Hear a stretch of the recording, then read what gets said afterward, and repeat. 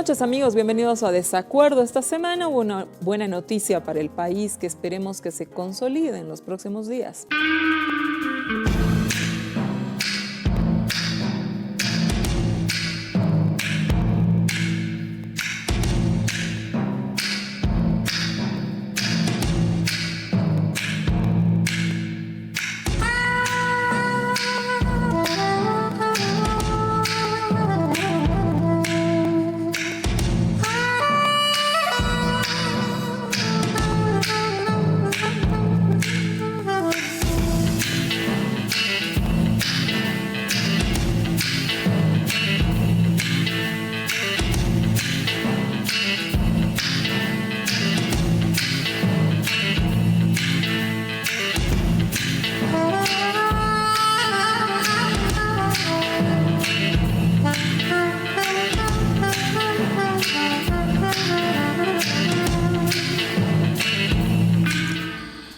Luego de un largo bloqueo de peleas internas que existen en la Asamblea Legislativa de los distintos grupos políticos que la conforman, el Senado, con 2/3 de los votos, aprueba una ley que convoca a las elecciones judiciales tal como lo manda la Constitución Política del Estado. Bolivia es uno de los pocos países en el mundo que se elige por voto popular los 26 principales cargos que dirigen el Tribunal Constitucional Plurinacional y el órgano judicial. El órgano judicial está compuesto por el Consejo de la Magistratura, el Tribunal Supremo de Justicia y el Tribunal Agroambiental. Y hemos tenido 2 elecciones judiciales, el 2011 y el 2007, con resultados controversiales, pero es así como está establecido en la Constitución Política. La ley de convocatoria aprobada en el Senado cuenta con el apoyo de las 2 bancadas del MAS, de Comunidad Ciudadana y de Creemos. Solamente así fue posible. Pero ¿qué había pasado hasta ahora? En las últimas elecciones del 2020, el MAS logra una mayoría absoluta, pero esa mayoría no le permite contar con los 2/3 en la Asamblea Legislativa. Además y posteriormente, como todos ustedes lo conocen, hubo peleas internas dentro de la bancada masista, con lo que se complicaba la negociación sin una bancada unida de persuadir a las otras fuerzas políticas de lograr 2/3 para votar la lista de candidatos a las elecciones judiciales como exige la Constitución. Quiero ser muy clara, la lista de candidatos exige la Constitución que sea por 2/3. Otra cosa es algo que debe aprobar también la Asamblea Legislativa, que es la convocatoria de las elecciones y el reglamento del proceso de selección. Para cumplir los plazos legales del proceso electoral, la Asamblea Legislativa no encontraba el camino de acuerdos y aprueba estos 2 documentos, la convocatoria y el reglamento de la selección de postulantes por resolución directiva. Su argumento fue que estas no eran normas sustanciales, sino formales, y que así además se había hecho en las anteriores elecciones. Sin embargo, el Tribunal Constitucional Plurinacional considera que este racionamiento y este accionar además es inconstitucional, por tanto, la convocatoria y el reglamento aprobados no tienen validez. El Tribunal Constitucional exigió que se apruebe la ley de convocatoria y el reglamento con la misma cantidad de votos que se necesita para aprobar la lista de candidatos, es decir, con 2/3. Muchos, porque no son tontos, interpretaron que esta severidad del TCP ponía en el mismo rango la convocatoria que la elección de candidatos. Es un intento de bloquear las elecciones y así crear las condiciones para que los miembros del TCP, o sea, ellos mismos, y los otros tribunales prorroguen su mandato. Se supuso que esta decisión del Tribunal Constitucional ponía en jaque la elección judicial porque lo dicho y lo consabido en la Asamblea Legislativa Nacional plurinacional está costando alcanzar acuerdos.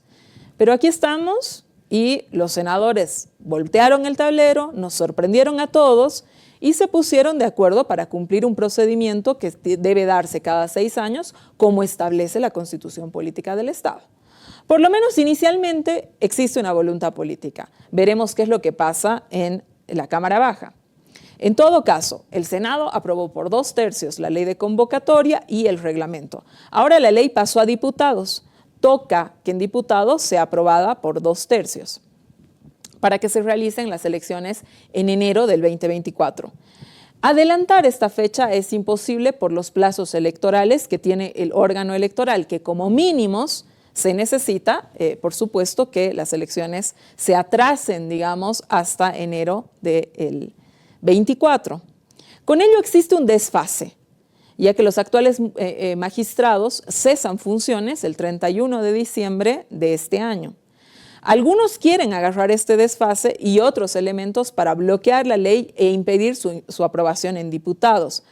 Como todos ustedes lo saben, existen fuertes intereses de varios grupos para que las elecciones judiciales no se realicen. Existen magistrados interesados en quedarse no solamente el 24, sino todo lo que puedan. Por otra parte, si aún se aprobara la ley de convocatoria y el reglamento con los 2/3, digamos, de la forma más llana posible, eso no significa que en paralelo exista o vaya a existir un acuerdo para aprobar la lista de candidatos. Ese es otro tema del que seguramente vamos a hablar en este programa en un futuro episodio. Por supuesto que es un tema difícil de lograr porque cada partido tiene una suerte de voto de oro.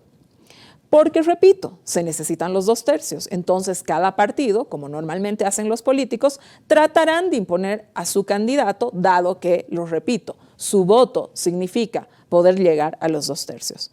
En todo caso, y quiero relevar esto, hemos avanzado de manera muy positiva, hemos avanzado de manera muy importante y los desafíos hoy por hoy son definitivamente distintos. Ya no estamos hablando de una no realización de las elecciones.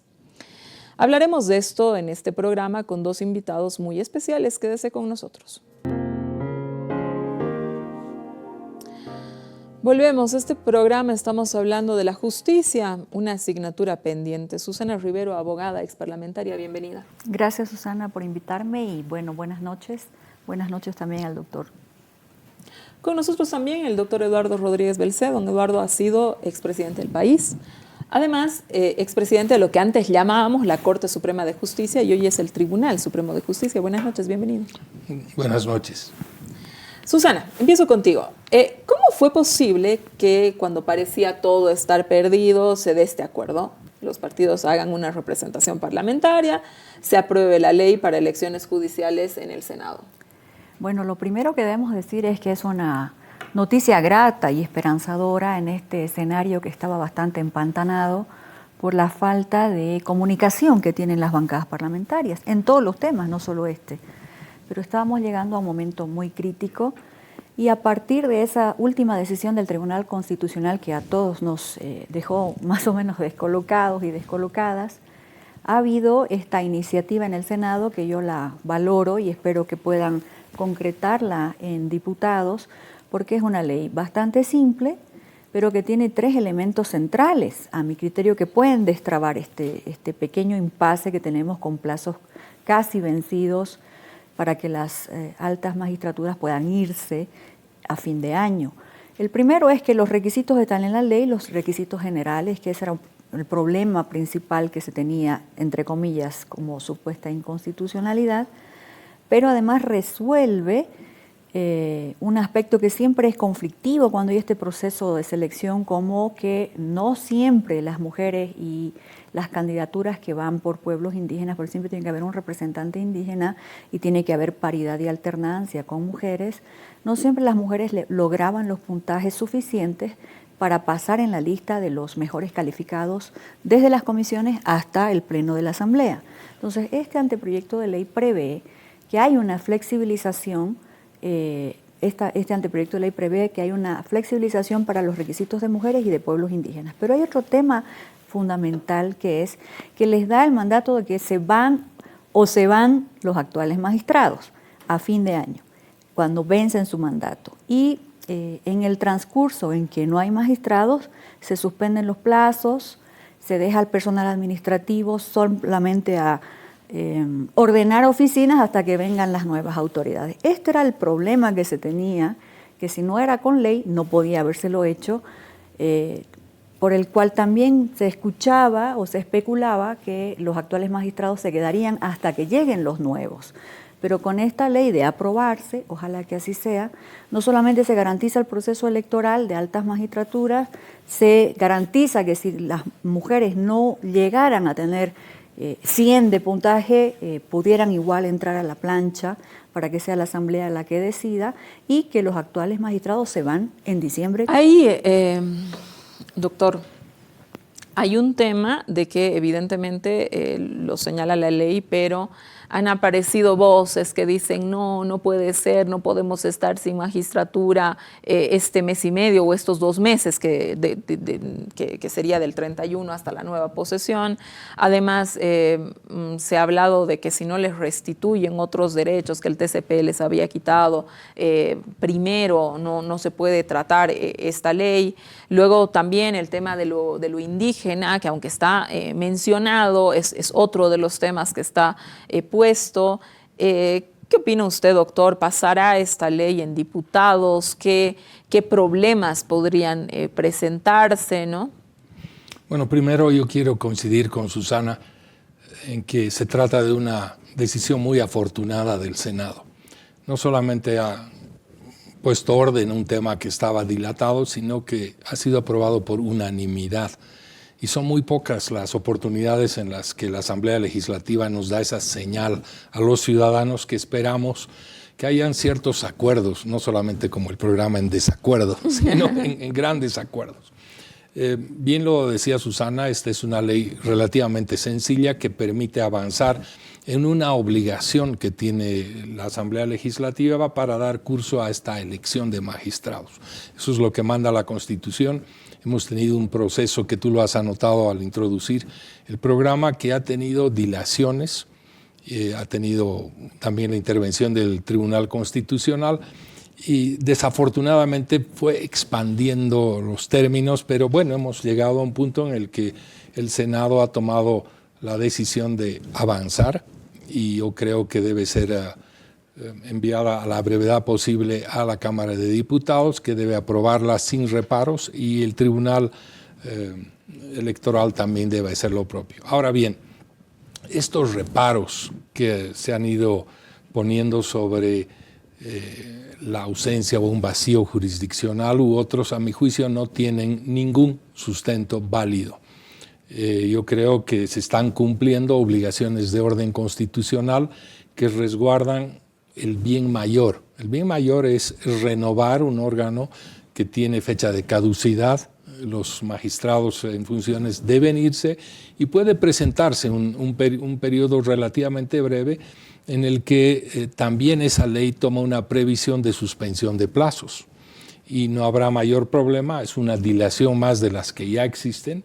Yo quiero recordar que en el pasado, cuando a mí me tocó formar parte de lo que se llamaba la Corte Suprema, el Congreso de entonces vino a suplir 7 de 12 vacancias.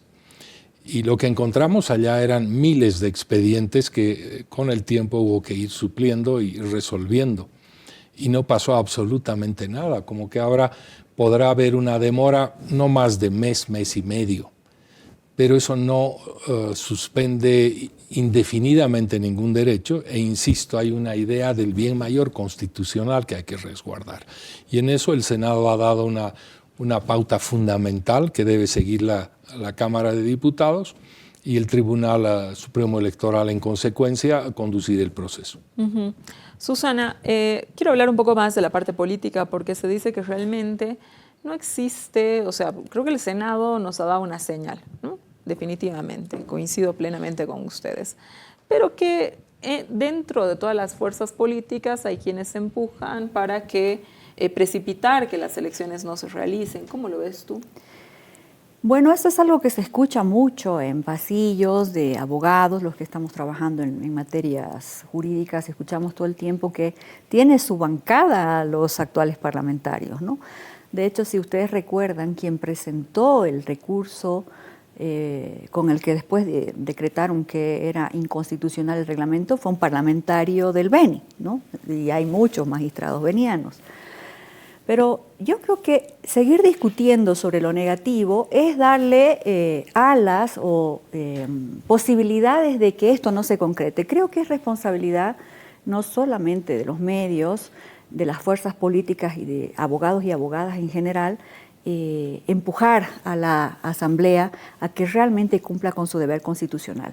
Hace poco yo escribí en tuit bastante preocupada y les decía, ojo, que si los parlamentarios no logran concertar este proceso de preselección, al final ellos incurren en incumplimiento de deberes y serían parte del problema, no de la solución.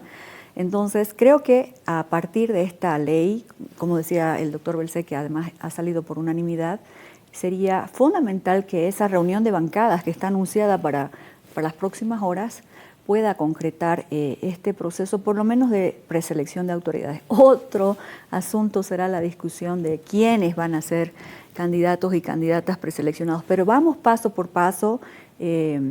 Celebremos estos pequeños avances porque los problemas de la justicia son monstruosos. No sé si podemos en este momento ya. Ha venido el relator para los asuntos judiciales, el García Sayán, hace un año. Y te decía lo que nosotros todo el tiempo estamos analizando en Bolivia, que hay problemas de presupuesto, primero que no es suficiente, pero segundo, que siempre los altos cargos se llevan todo el presupuesto y el juez que atiende a la gente gana 8.000 bolivianos, como un ejemplo. Te está diciendo que hay un problema en materia penal porque las cárceles están abarrotadas de detenidos preventivos. Hoy día tenemos 27.000 personas privadas de libertad aproximadamente y 64% en detención preventiva. Ahí te corto, Susana. Digamos que en caso si al final no se ponen de acuerdo en la Asamblea Legislativa y al final nos quedamos sin elecciones judiciales, ¿qué implicaría esto para la justicia? Es decir, más allá de un incumplimiento expreso de la Constitución Política del Estado, que ya me parece una afrenta al sistema democrático de por sí, ¿no? Pero ¿qué implicaría en términos reales esto para la justicia? Lo que pasa es que más allá de los mandatos, que además van a concluir sus periodos constitucionales a fin de año, creo que hay un problema ético en estas autoridades. Más que curricular, hay un problema ético, Susana. Lo ha detectado el propio relator cuando ha venido y ha dicho, ha habido una crisis institucional en Bolivia en el 2019 y siguen ahí las mismas personas que no actuaron con justicia ni con justeza, simplemente se acomodaron o a un momento de poder o a otro momento de poder. Y las víctimas siguen ahí sin justicia, ¿no? Lo ha dicho el propio relator. Entonces, estas autoridades que están ahí fueron seleccionadas, yo era parte de ese proceso, fueron los mejores calificados, tenían los mejores currículums, pero eso no garantiza, y esa es mi propia experiencia, que tengan buenos currículos, que vengan de la judicatura, porque casi todos eran jueces antes, no garantiza la idoneidad y la ética de las autoridades. Y hay un problema serio en la Asamblea, porque mientras la Asamblea pelea, el órgano de control de ese órgano judicial no tiene el poder suficiente para ejercer su control. Mira, cuando nosotros estábamos en la Asamblea, 5 altas autoridades de los más altos tribunales, 3 del Consejo de la Magistratura, 2 del Constitucional, porque era una asamblea que podía dialogar oficialistas y opositores y en comisiones ponernos de acuerdo para hacer los antejuicios o los juicios de responsabilidades, que es al único a lo que le temen y es el único mecanismo de control que existe, porque está claro que en el Consejo de la Magistratura no solamente hay debilidades de las personas, sino que el propio Tribunal Constitucional le ha ido declarando inconstitucionales varias causales de sanciones a jueces, vocales y bueno, ni qué decir a ellos. Entonces, ahorita hay un cuello de botella que debe ser destrabado y pasa porque la Asamblea cumpla con su deber constitucional. Doctor, usted ha mencionado varias veces su preocupación por el crecimiento del poder del Tribunal Constitucional Plurinacional, que es un actor central para el asunto de estas elecciones. ¿Puede explicarnos este punto de vista? ¿Cómo ocurre esta hegemonía del Tribunal Constitucional Plurinacional? Yo lo que he sostenido varias veces en este programa y en otros espacios, el Tribunal Constitucional se ha constituido en un suprapoder en Bolivia que puede no solamente que interpreta la Constitución, sino se pone por encima de la Constitución. Y entonces, ¿cómo llegamos a una situación tan complicada como esta? Sí, antes una breve apostilla al tema político, que bien lo calificabas. Yo creo que estas horas, estos días, necesitamos una respuesta política del jefe de Estado, don Luis Arce Catacora, del vicepresidente David Choquehuanca y los líderes de los dos partidos de oposición que endosen lo que ha hecho el Senado, sus bancadas, y nos lleven a los ciudadanos, quienes tenemos ese servicio pendiente, a una solución pronta y que fluya como está previsto. De manera que yo aprovecho la oportunidad para decir, sí es político, pero esperamos respuestas políticas muy claras. Ahora viene el tema del Tribunal Constitucional. Este es un espacio de control judicial de la Constitución a través de un tribunal que debería ser el guardián y que resuelve los temas de constitucionalidad. Su origen se remonta al anterior tiempo republicano, si se quiere, cuando en la última o penúltima reforma constitucional Bolivia adaptó lo que venía como una corriente europea, sobre todo española, de instalar en nuestras judicaturas estos tribunales constitucionales. Antes la Corte Suprema hacía ese control, pero vino una corriente allá por fines de los 80, 90 y que se adaptó con asistencia técnica española. Es muy interesante leer algunos de los reportes o libros de estos asistentes que nos decían que Bolivia y otros países fuimos unos grandes laboratorios para expandir la experiencia española en materia de justicia constitucional. Posiblemente se puede debatir si fue una adaptación o una adopción muy afortunada. Yo creo que es bueno que tengamos un tribunal constitucional, excepto que en su configuración y en su desarrollo en Bolivia no tuvimos el cuidado de adaptarlo debidamente, simplemente adoptamos. Y los grandes reparos que los debatimos en su tiempo, yo recuerdo, incluso hay todo un libro sobre los debates entre la Corte Suprema y el Tribunal sobre los alcances de esa jurisdicción. Yo lo resumiría primero en que sí, está bien que tengamos un tribunal que tiene que ocuparse de examinar y resolver los temas de la constitucionalidad. Pero esa capacidad, a mi juicio, y eso es lo que se reclama y creo que está sucediendo hoy, no puede limitar que otros funcionarios, desde el ciudadano pasando por administradores o jueces de instancia, también razonen constitucionalmente. Es decir, no puede haber una concentración o un modelo concentrado que importe que solo el tribunal allá en Sucre sea la última palabra.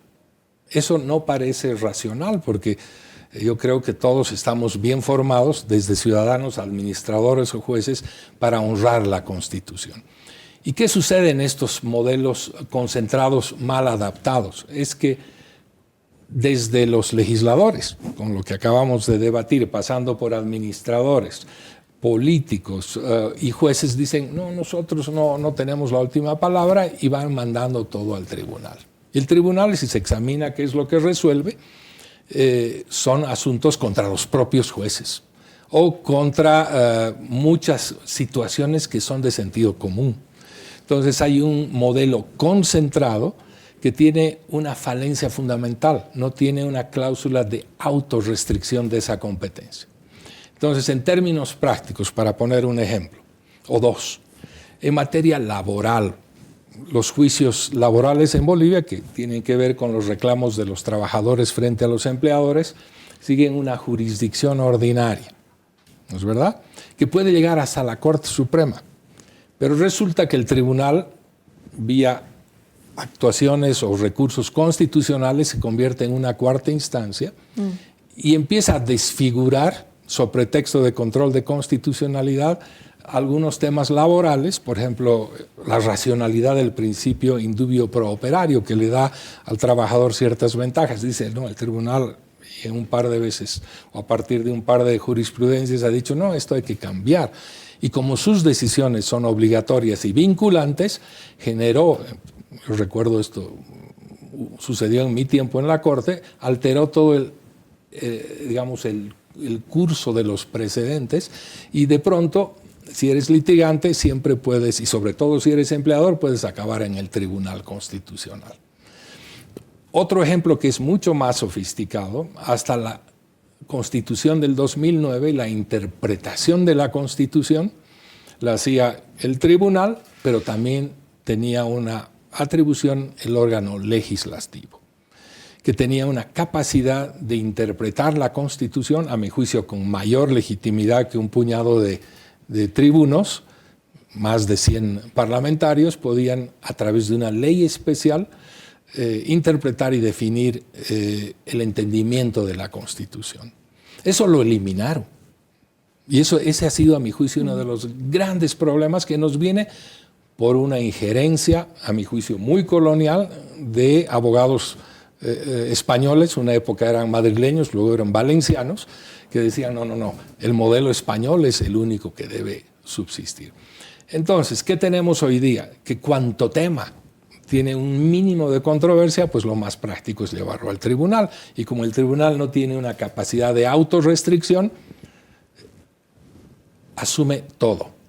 Mira, para cerrar, mirando la estadística de causas resueltas por el tribunal, uno encontrará que se aproximan a 5.000 o 4.000 y tantas. ¿Podrán todos esos tribunos en un año resolver 4.000? No, imposible. En términos humanos, ¿cuántos puede resolver y en sala donde se debaten? Entonces, hay una sobresaturación al tribunal que debería examinarse también. ¿Quién está resolviendo esas causas? Doctor, a ver,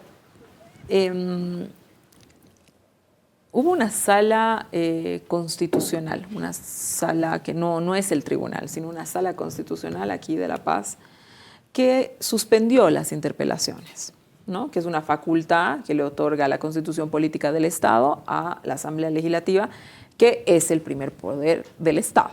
O sea, yo siempre lo recuerdo, siempre lo traigo a colación. El primer poder del Estado es la Asamblea Legislativa, no es otro, ¿no? Entonces, esa situación me parece que es entrar en un escenario complicado. O sea, amén de todo lo que usted ha explicado de lo del Tribunal Constitucional, hoy día tenemos una sala que cuando uno mira los papeles, ¿no es cierto?, dice, bueno, lo que pasa es que hubo una gran cantidad de ministros que van a esa sala y presentan, no sé lo que presentan, no sé cómo específicamente se llama el documento, pero que señalan y dicen, me están interpelando y la Asamblea no está cumpliendo los pasos que dice el reglamento que debe cumplir para hacer el proceso de interpelación y lo está utilizando de una manera absolutamente política, ¿no es cierto?, no cumpliendo lo que establece la normativa. Bien.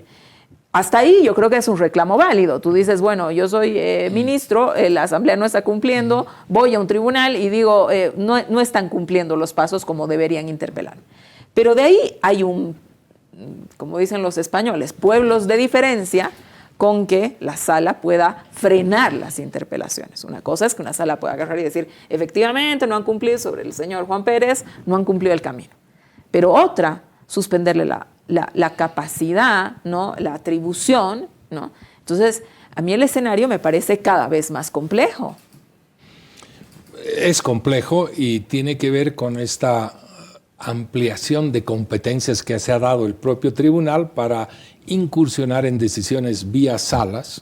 Entre paréntesis, yo soy ajeno, no comparto el diseño orgánico de la judicatura y particularmente del órgano del control constitucional, porque de pronto estas salas se han convertido en una especie de brazo extendido del tribunal y que puede tomar decisiones vinculantes y de obligatorio cumplimiento.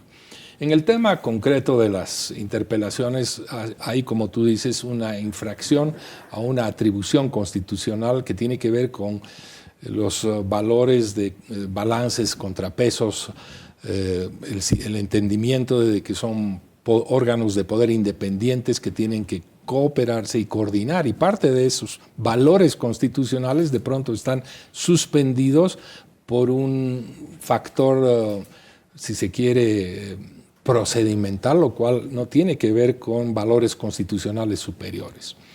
Lo que yo quisiera agregar es que este tribunal puede tener un activismo extraordinario, muy positivo en algunos casos, yo sé que tienen fallos buenos, pero no se los conoce tanto como aquellos que tienen reparos, sobre todo de omisión.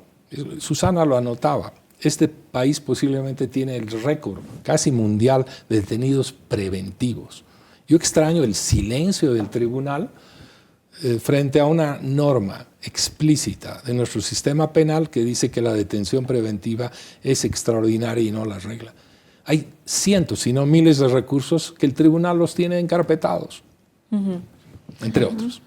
A ver, Susana, 2 elecciones, 60% de la población vota nulo, más allá del sabotaje de la oposición política en su momento. Creo que el problema central es la naturaleza de las elecciones, porque como ciudadano no es fácil votar por candidatos de que no conoces y que realmente no sabes qué hacen, ¿no? O qué van a hacer, qué les toca hacer. Capaz que el trabajo que les toca hacer es tremendamente técnico, ¿no? Y bueno, uno dice, bueno, no en vano, en otros países no se eligen así las autoridades, se eligen de otra manera. ¿Qué piensas de la elección judicial? Cortito antes de cerrar el bloque. Bueno, llevamos 2 elecciones y desde el punto de vista de la democracia participativa, me imagino que sería complejo retroceder en cuanto a ese derecho que se le ha otorgado al soberano. Pero ya desde el punto de vista técnico-jurídico, y esto se discute mucho en distintos países, recién estamos discutiendo, por ejemplo, con Argentina, que Argentina ha detenido su reforma en el sentido de elegir también a sus altas autoridades a partir de nuestra propia experiencia, Susana. Yo no me adscribo a la propuesta del colectivo que quería hacer una reforma vía referéndum, liderada por Juan del Granado, pero en lo que sí coincido con ellos es que está altamente demostrado que el ir a una elección politiza a las altas autoridades, indefectiblemente, porque salen en la televisión, porque hacen una propuesta, porque aunque les den los mismos segundos a todos, el más hábil para comunicarse es el que más llama la atención en el spot y es por el que la gente va a votar. Pero además, las estructuras de esos propios profesionales hacen campaña. No lo harán ellos, pero sus estructuras lo hacen y terminan después debiendo favores políticos, que es lo que en todo caso siempre contamina la imparcialidad que debe primar en la justicia, ¿no? Pero eso es lo que hay ahora, Susana, y en tanto no haya una reforma constitucional, se tendrá que seguir eligiendo las altas autoridades y ahí el desafío es, y eso es lo que yo siempre observo en los reglamentos, es que hay mucha meritocracia cuando lo que necesitamos verificar es la trayectoria y la idoneidad de esas personas, de esos profesionales, tanto hombres como mujeres. Yo ahora veo que hasta los 30 años muchas jóvenes y jóvenes ya tienen hasta doctorado, pero no saben ir a una audiencia, no saben cómo enfrentar a un juez, no saben discernir en materia penal, que es lo que yo más conozco, entre derechos, incidentes e incluso entre convencionalidad. Entonces es muy delicado este trabajo que va a hacer la Asamblea. No es suficiente que tengan currículos monstruosos quienes se presenten. Bolivia sigue siendo un país pequeño todavía y los profesionales idóneos son conocidos. Ojalá puedan lograr y captar la atención de estos profesionales para que se puedan postular. Lo que ha estado sucediendo es que se postulan solo los que están actualmente en los tribunales de justicia departamentales. Son los que se saben todas las mañas, son los que se saben todas las trampas, son los que saben cómo hacer para no darle justicia a la gente. Esos son los que después terminan siendo nuestros candidatos en las altas magistraturas y es algo que hay que romper. Me tengo que ir a un corte. Seguimos hablando de la justicia, una asignatura pendiente en nuestro país. Quédese con nosotros. Volvemos con este interesante programa. Justicia, una asignatura pendiente en el país. Quiero continuar contigo, Susana. Han habido 2 elecciones. Lo real es que esas elecciones no han solucionado los problemas de la justicia. No son menores que en el pasado. Algunos se han agudizado incluso. ¿Por qué la elección judicial no puede resolver los problemas estructurales de la justicia? Has hablado de candidaturas, has hablado que nosotros lo recordamos, los candidatos salen a la televisión, etcétera. Pero un poco, ¿qué es lo que nosotros deberíamos saber como ciudadanos, que no somos técnicos y abogados, escuchar de estos magistrados y que nos puedan dar luces para votar, digamos, si tú quieres, de forma un poco más correcta, ¿no es cierto? ¿Cómo pueden contribuir estos señores a solucionar verdaderamente los líos? ¿Qué debemos exigirles como ciudadanos a estos magistrados? Bueno, yo creo que lo primero que debe hacer el Tribunal Electoral cuando ya le pasen la lista de quienes van a ser candidatas y candidatos es más allá que ponerles a hablar, porque eso dependerá de las aptitudes de oratoria de cada quien, mínimamente difundir sus perfiles profesionales, ¿no? es fundamental que la gente conozca qué han hecho, a qué se dedicaron durante todos estos 8 años, que es el requisito que se les pide, mínimamente 8 años de experiencia profesional, y más o menos qué atribuciones tiene cada uno de los órganos, ¿no? Porque los problemas son diversos. Siempre se habla en Bolivia de materia penal, porque es lo más dramático, es lo más duro, es lo que priva a la gente de libertad.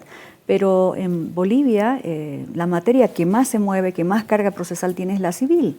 Se intentó en materia civil hacer un nuevo código, se intentó incluso para sacar un poco los problemas de la propia jurisdicción, hacer instituir unos conciliadores, pero la burocracia es tal que los volvió jueces, cuando la idea de quienes legislamos sobre esa materia era no judicializar la materia civil, sino más bien sacar los conflictos a la vía de la conciliación para que la gente pueda resolver de manera más amigable los conflictos. Pero lo burocratizaron y los volvieron jueces. En materia penal, bueno, ya sabemos diversos problemas, terribles problemas que pasan por algo que nadie quiere ver, que durante muchísimo tiempo se está mirando a otro lado, pero que ahora la región está tratando de rearmarse en cuanto a conceptos, a sistemas penales, que tiene que ver con esta gente que está prácticamente botada en las cárceles, ¿no? Porque los sistemas penitenciarios que se crearon como progresivos están ahí hace años y hay que cambiar esa lógica. Ahora creo que el gobierno está trabajando en una propuesta para hacer un cambio grande en esa materia. Pero no es lo único, también hay la materia agroambiental que debe avanzar ya, no solamente los conflictos agrarios, sino haber temas netamente ambientales.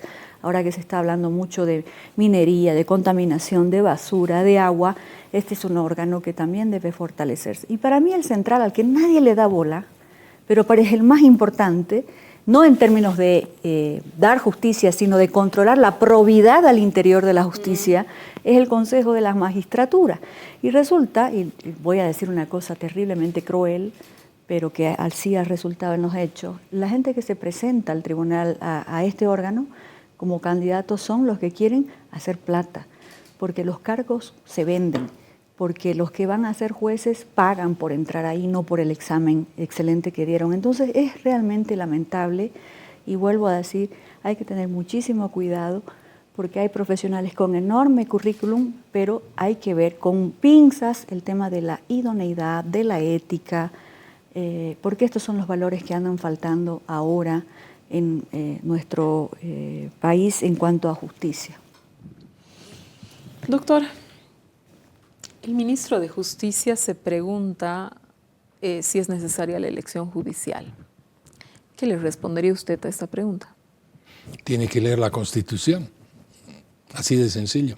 Mientras la Constitución defina que ese es el procedimiento, tenemos que cumplirlo. Ahora bien, estamos viviendo hace muchos años un nuevo momento constituyente, entendido como el espacio en el cual hay que reflexionar, hay que debatir la conveniencia de algunos institutos constitucionales, como por ejemplo esta elección. En algún tiempo, cuando se estableció por la Constitución, algunos parlamentarios o constituyentes decían, este es el primer país en el mundo que lo ha logrado. Y no revisaron que ya la Revolución Francesa intentó esta modalidad de elección, llegó Napoleón y la canceló.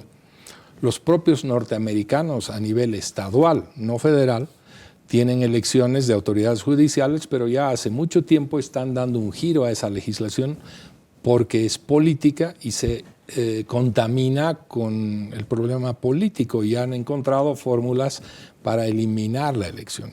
Entonces, en el tema de fondo, sí, posiblemente sea afortunado debatir cuál es la modalidad de elección. Yo soy contraria a ella.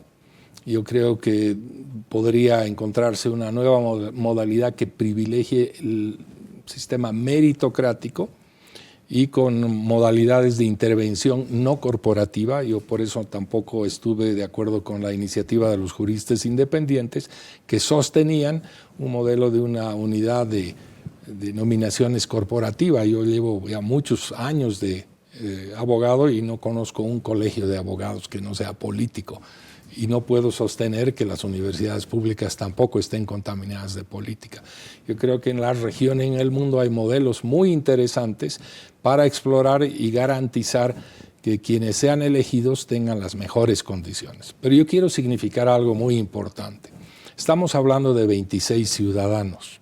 En sus tribunales no resuelven ni el 1.5, 1.8% de la carga procesal que tiene este país. Más del 97% está en manos de jueces sobre los que nadie se preocupa. Más de la mitad de ellos son interinos o en una condición no clara de su titularidad. Y eso es lo que le preocupa al ciudadano. Y no solo eso. Tenemos anacronismo, códigos y un sistema orgánico obsoleto que no responde a las necesidades ciudadanas. Ya el año 2003-2004 se detectó que más del 70% de los municipios rurales no tienen servicio judicial. Se tiene establecido, y no solamente nosotros lo decimos, sino los que han venido a examinarnos, entre ellos García Sayán, el informe del GIEI, etcétera, que no hay una modificación de vocación presupuestaria. El Estado no está en condiciones ni tiene la voluntad política de trabajar el presupuesto. La Constitución señala 2 elementos para garantizar la independencia judicial. Uno es el presupuesto. Habrá que preguntarle al ministro de Hacienda, sino al propio presidente, si está dispuesto a trabajar con la judicatura un nuevo presupuesto. Dudo mucho. Y el otro elemento es, para mí fundamental, el buen desempeño del juez. Que lo elija el pueblo, la reina, el presidente o los parlamentarios no lo convierte ni en más sabio ni en más independiente. Su desempeño. ¿Quién debe valorar ese desempeño? No va a ser el control social, no va a ser la Cámara, no va a ser el Consejo. Para eso tenemos un sistema muy oneroso, que son las universidades, que deberían transformar la cultura jurídica de aprender a ser abogados, pero críticos, de trabajar en los precedentes y lo que sucede en cualquier otro país. El juez que se sale del pentagrama, hay una capacidad profesional que lo puede detectar. Eso tenemos que trabajar. Doctor, usted dice, a ver, son las universidades que pueden convertirse en alguien que ve el desempeño de los jueces. En términos, digamos, en lo que hay ahorita, en lo que tenemos, el desempeño de los jueces lo ve el Consejo de la Magistratura. ¿Es así? No necesariamente, porque un juez es independiente en su desempeño y sus fallos, en tanto pueden ser apelados o recurridos a instancias superiores, en sus méritos posiblemente no deben ir automáticamente a ser examinados por el Consejo. El Consejo tiene la atribución disciplinaria y esa es otra dimensión. Lo que debería suceder en Bolivia, y es más complejo, es que el sistema de jueces, indistintamente de su categoría, esté sometido a evaluaciones continuas y periódicas, que es lo que se planteó hace muchos años, de manera que hay indicadores sobre ciertos desempeños que se pueden valorar objetivamente. Por ejemplo, si un juez repetidamente no emite decisiones, sentencias o determinados autos a tiempo, eso se puede verificar y eso es un demérito. O si surgen determinados cuestionamientos a través de recursos que han sido pronunciados por un tribunal superior con responsabilidad para ese juez que se aparta del entendimiento de la ley y los precedentes, van a forjar un perfil del juez que posiblemente amerita su sustitución o su reemplazo en un nuevo periodo. Pero el problema que tenemos en Bolivia es que no existe esa carrera. La Constitución ha puesto límites al tiempo de permanencia, entonces el juez está un tiempo y tiene que irse. Y no hay continuidad, ni tampoco hay un reemplazo parcial de tribunales colegiados. Hay mucho que hacer y no es un tema solo de los 26, necesitamos un diagnóstico mucho más complejo. Pero pareciera que tampoco hay, digamos, usted me dirá, un diálogo, no sé, entre los distintos, o alguien que haga, digamos, una relación, no sé, ¿para qué están las cortes departamentales? No sé exactamente cómo se llaman ahora, pero las cortes departamentales deberían... Yo le doy un ejemplo, ¿no? Por ejemplo, en Tarija, un señor que todo el mundo sabe que es un loteador, que se agarra los terrenos de todo el mundo, normalmente viejitos campesinos que no tienen capacidad de pagar, tiene 70 causas abiertas sobre temas de terrenos, ¿no? todos en pelea de que es mío, yo me lo he comprado, yo no sé qué, aparecen papeles y toda esta cuestión. Este ejemplo que yo estoy poniendo a la gente le va a resultar muy familiar, pues es una cosa que escuchamos cotidianamente, ¿no? Se entra alguien a mi lote, etc. Tiene 70 causas abiertas y no hay una instancia que diga cómo alguien tiene 70 causas abiertas por exactamente la misma razón. Y hay jueces que fallan a favor de esta persona. Es decir, yo no sé si, claro, en derecho siempre hay la presunción de inocencia, pero también no puede ser que no exista un mecanismo sobre algo que estoy señalando que es bastante obvio, que esta persona se está dedicando a robarle lotes a la gente y que la justicia está validando esto. Pero la justicia, que debería ser el lugar, digamos, donde la gente, bueno, dice, bueno, por suerte está ahí, por suerte deposito allí. ¿Cómo no hay ninguna alerta de decir una persona tiene 70 causas abiertas por el mismo tema con 70 distintas personas? La respuesta es, primero habrá que saber qué tipo de causa es. Si es en materia civil por el mejor derecho propietario, pueden haber 70, 100 o muchas más que no llevan a una reacción punitiva, es decir, no, en materia civil no se va a resolver mandando al señor a la cárcel. Eso tiene que resolverse contrastando los derechos propietarios y el juez definirá quién tiene el mejor derecho.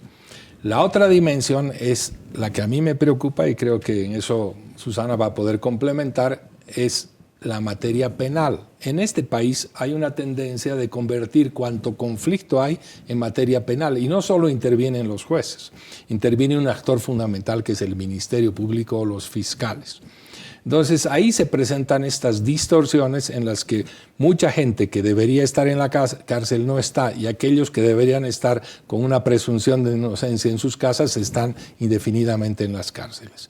Mi diagnóstico es que desde que somos país no tenemos lo que se llama política criminal, que explore con qué capacidad actuamos como Estado en materia penal, en materia civil, comercial, administrativa, cómo funcionan esos juzgados y qué debe hacerse al respecto en el ámbito legislativo, en el ámbito de interdicción o lo que fuera. Yo quiero recordar, y Susana creo que fue parte de eso, que en la anterior legislatura se hizo un esfuerzo extraordinario por mejorar el código del sistema penal y quedó en nada.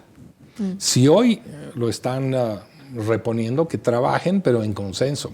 Yo soy ajeno a un manejo desde el Ejecutivo, desde los ministerios de justicia, un tema que debería trabajarse de manera interinstitucional con comisiones legislativas plurales. Pero la existencia de un Ministerio de Justicia desde el gobierno de Sánchez de Lozada es un reparo que yo tengo y que lo puedo explicar luego. Susana, cortito antes de irnos al corte, te parecerá muy inocente mi pregunta, pero dime 2, 3, 4 elementos que harían que nosotros tuviéramos una justicia, bueno, no perfecta, ¿no? Casi perfecta. ¿Cómo podríamos intentar empezar a armar un camino hacia allí? Bueno, yo creo que son varias cosas, ¿no? En tres ideas no podría lograr responderte, porque aparte depende de cada una de las materias, ¿no? Pero en materia penal, que es lo que más lastima a la gente y es lo que vemos en la televisión a diario, porque le cuesta la vida a la gente, a las mujeres, a niñas, a niños, hay varias cosas para hacer ahí. Lo primero, tiene que haber una evaluación, como decía el doctor, no solamente a los jueces penales, porque hemos hecho una reformita parcial al procedimiento penal, ya que no logramos más que darle vida un mes al Código del Sistema Penal, que era realmente una política criminal completa. El Ministerio Público tampoco tiene condiciones de evaluación. Los fiscales amplían los plazos y ahí queda la gente en total impunidad y en revictimización. Obviamente evaluación también por resultados para los jueces, porque ahora tenemos jueces de control de garantía, jueces de juicio y vocales de sala. Entonces, sin evaluación, sin que alguien nos controle en cuanto al contenido de fondo de sus sentencias o sus decisiones, pero al mismo tiempo también el control disciplinario en las dos vías, con incentivos, porque no es solamente andar persiguiendo jueces, no me estoy refiriendo a que hay que vivir detrás de ellos para sancionarlos, por ahí hay que vivir detrás de ellos para premiarlos, para promoverles. para darles otro tipo de incentivos. Eso en materia penal. Pero es importante también que resolvamos lo que está pasando en nuestras cárceles. Tenemos 46 recintos penitenciarios, toditos con sobrepoblación, con hacinamiento, con una serie de vulneraciones y vulneraciones a los detenidos preventivos, porque estos todavía no se sabe si son culpables o inocentes. Hubo una iniciativa del Ejecutivo de ponerles a estos detenidos preventivos, liberarlos y ponerles dispositivos electrónicos para monitorearlos. Pero es una ley que está atorada en la Asamblea, que no avanza tampoco. Entonces, hay ahorita una necesidad imperiosa en que actores políticos se pongan la mano al pecho por la gente y trabaje el Ejecutivo y sobre todo el Legislativo. Si el Legislativo no encuentra estos caminos de conversación en pro de solucionar aspectos normativos que al final son su función, difícilmente vamos a poder mejorar. Puede ser que el Ejecutivo aumente el presupuesto, puede ser que elijamos a los mejores, esta vez para las altas magistraturas, pero si no hay el otro órgano que es el legislativo, que es el que va a apalancar a través de decisiones normativas, igual vamos a seguir con un hueco ahí sin poder encontrar soluciones. Lo que está pasando con los menores de edad, Susana, es realmente algo lamentable, que ya también pasa por todo el enfoque preventivo que debe haber en los colegios, que tampoco se está avanzando mucho en esa materia, e incluso hay resistencias de padres de familia a que se puedan abordar aspectos que son en este siglo imperiosos en las escuelas, pero que seguimos razonando como en el siglo pasado con una actitud de antiderechos, ¿no? Yo tengo que ir a un corte, vuelvo solamente a las conclusiones de este programa interesante sobre las elecciones judiciales y la justicia. Quédese con nosotros. Volvemos, conclusiones del programa. Susana, cortito. Bueno, aprovecharemos la coyuntura y le daremos toda la fuerza y la energía a esa asamblea para que en la Cámara Baja puedan aprobar la ley de preselección de altas magistraturas y puedan encontrar los consensos que el país necesita. Gracias. Eduardo. Reiterar que se trata de un compromiso, de una obligación política. Si no hay este propósito desde el presidente, pasando por los legisladores y los otros órganos de poder, no avanzaremos un ápice. Insistir, políticos, órganos de poder correspondan a los ciudadanos. La única salida que tenemos son las elecciones judiciales. Para este tema, si lo marca la Constitución Política del Estado, hay una necesidad no solamente constitucional, administrativa, todo, hay una necesidad ética. Esos señores se tienen que ir. Es decir, las respuestas de los informes de los distintos órganos internacionales que han venido a observar las elecciones. Existe un problema ético y probablemente tenemos la esperanza que las nuevas elecciones de las nuevas autoridades vayan a resolver el gran problema ético que hoy día tenemos. El TCP no puede ser un suprapoder. La Asamblea Legislativa es el primer poder del Estado, así lo señala la Constitución Política del Estado, y esperamos que la Asamblea Legislativa se ponga en precisamente lo que le ha encargado, le ha convenido la Constitución Política del Estado, ser el primer órgano del Estado que responda a las necesidades de la población. Gracias por habernos acompañado, gracias a mis dos invitados. Quédese en la programación de RTP en Bolivia, quédese en la programación de Canal Red en España. Buenas noches.